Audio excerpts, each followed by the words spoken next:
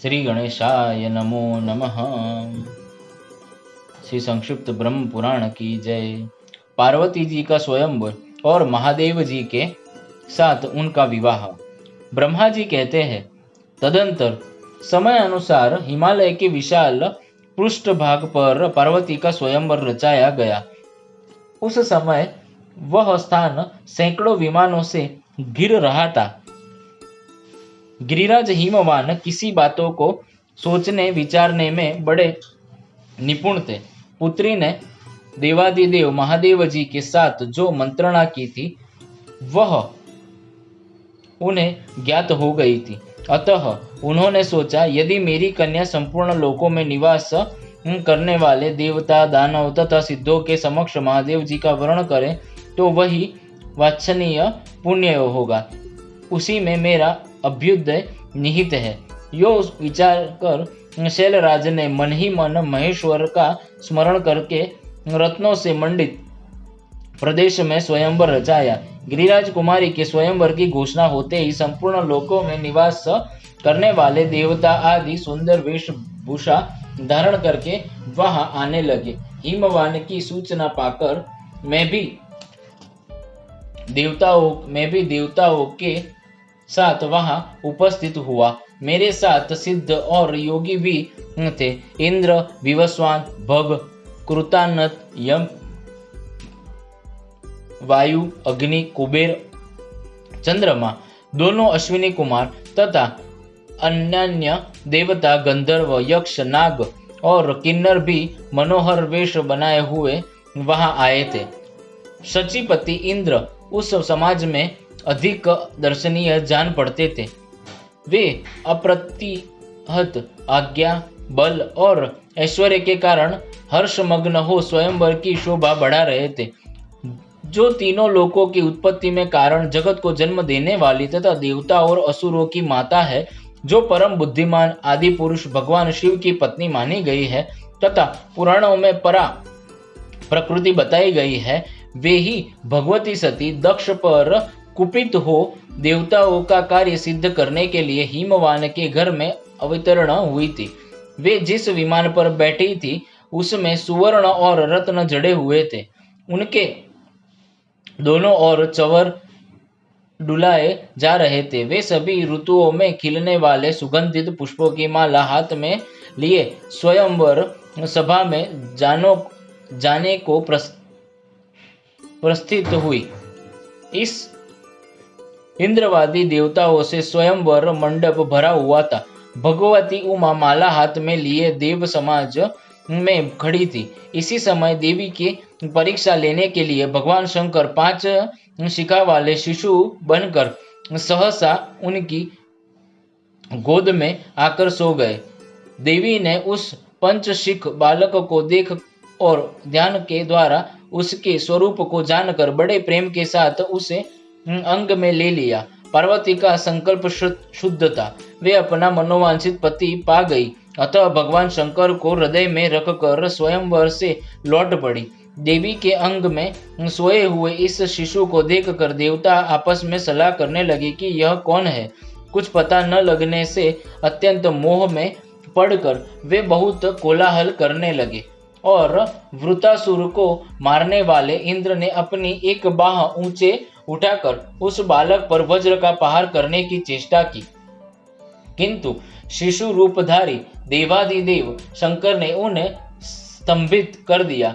अब वे न तो वज्र चला सके और न हिल डुल सके।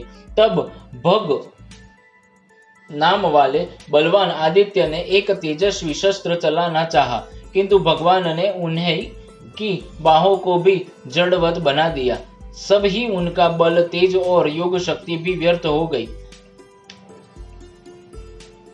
उस समय मैंने परमेश्वर शिव को पहचाना और शीघ्र उठकर उनके चरणों में आदर पूर्वक मस्तक झुकाया।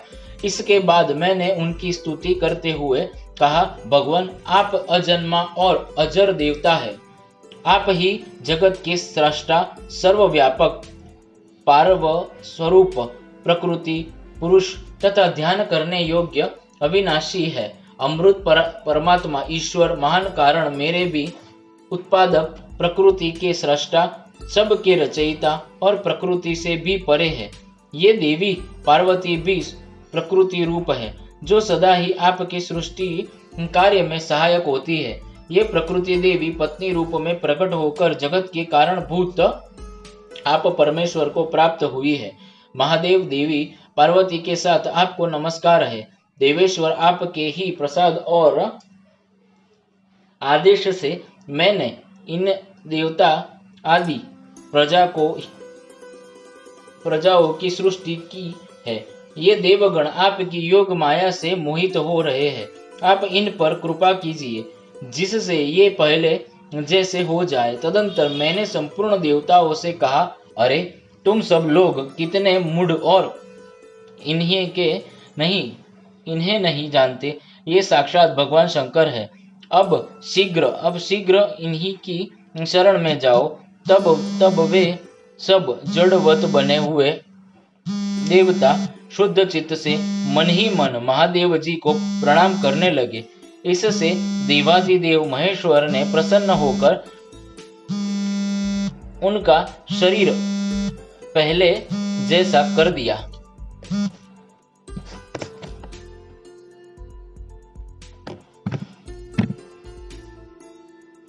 तत्पश्चात देवेश्वर शिव ने परम अद्भुत त्रिनेत्रधारी विग्रह धारण किया। उस समय उनके तेज से तिरस्कृत हो संपूर्ण देवताओं ने नेत्र बंद कर लिए। तब उन्होंने देवताओं को दिव्य दृष्टि प्रदान की, जिससे वे उनके स्वरूप को देख सकते थे। वह दृष्टि पाकर देवताओं ने परम देवेश्वर भगवान शिव का दर्शन किया। उस समय पार्वती देवी ने अत्यंत प्रसन्न हो समस्त देवताओं के देखते देखते अपने हाथ की माला भगवान के चरणों में चढ़ा दी।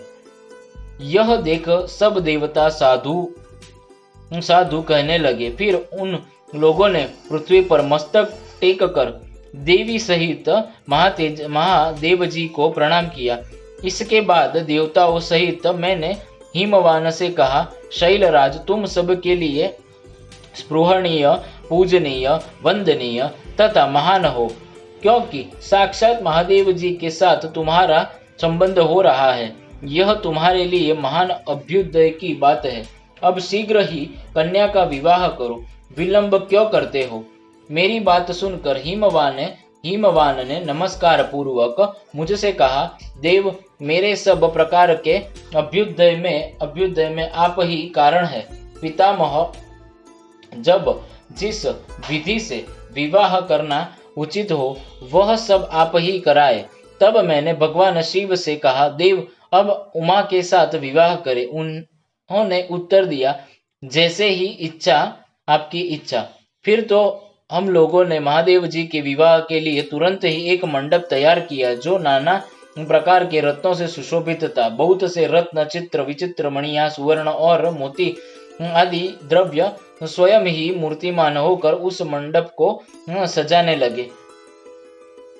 मरकत मणि का बना हुआ फर्श विचित्र दिखाई देने लगा। सोने के खंभों से उसकी शोभा और भी बढ़ गई थी। स्फटिक मणि की बनी हुई दीवार चमक रही थी। द्वार पर मोतियों की झालरें लटक रही थी। चंद्रकांत और सूर्यकांत मणि सूर्य और चंद्रमा के प्रकाश पाकर पिघल रहे थे। वायु मनोहर सुगंध लेकर भगवान शिव के प्रति अपनी भक्ति का परिचय देती हुई मंद गति से बहने लगी। उसका स्पर्श सुखद जान पड़ता था। चारों समुद्र, इंद्र आदि श्रेष्ठ देवता, देव नदियां, महानदियां, सिद्ध, मुनि, गंधर्व, अप्सराएं, नाग, यक्ष, राक्षस, जलचर, खेचर, किन्नर तथा चारणगण भी यह उस विवाहोत्सव में मूर्तिमान होकर सम्मिलित हुए थे। तुमरु, नारद, हाहा और हुहु आदि सामगान करने वाले गंधर्व मनोहर बाजे लेकर उस विशाल मंडप में आए थे। ऋषि कथाएं कहते, तपस्वी वेद पढ़ते तथा मन ही मन प्रसन्न होकर वे पवित्र वैवाहिक मंत्रों का जप करते थे। संपूर्ण जगत माताएं और देव कन्याएं हर्षमग्न हो मंगलागान कर रही थी। भगवान शंकर का विवाह हो रहा है, यह जानकर भांति भांति की सुगंध और सुख का विस्तार करने वाली छहों ऋतुएं वहां साकार होकर उपस्थित थी। इस प्रकार जब संपूर्ण भूत वहां एकत्रित हुए और नाना प्रकार के बाजे बजाने लगे, उस समय मैं पार्वती को योग्य वस्त्राभूषणों से विभूषित कराकर स्वयं ही मंडप में ले आया। फिर मैंने भगवान शंकर से कहा, देव, मैं आपका आचार्य बनकर अग्नि में हवन करूंगा। यदि आप मुझे आज्ञा दे तो विधि पूर्वक इस कार्य का अनुष्ठान आरंभ हो। तब देवाधिदेव शंकर ने मुझसे इस प्रकार कहा, ब्राह्मण, जो भी शास्त्रोक्त विधान हो उसे इच्छा अनुसार कीजिए, मैं आपकी प्रत्येक आज्ञा का पालन करूंगा।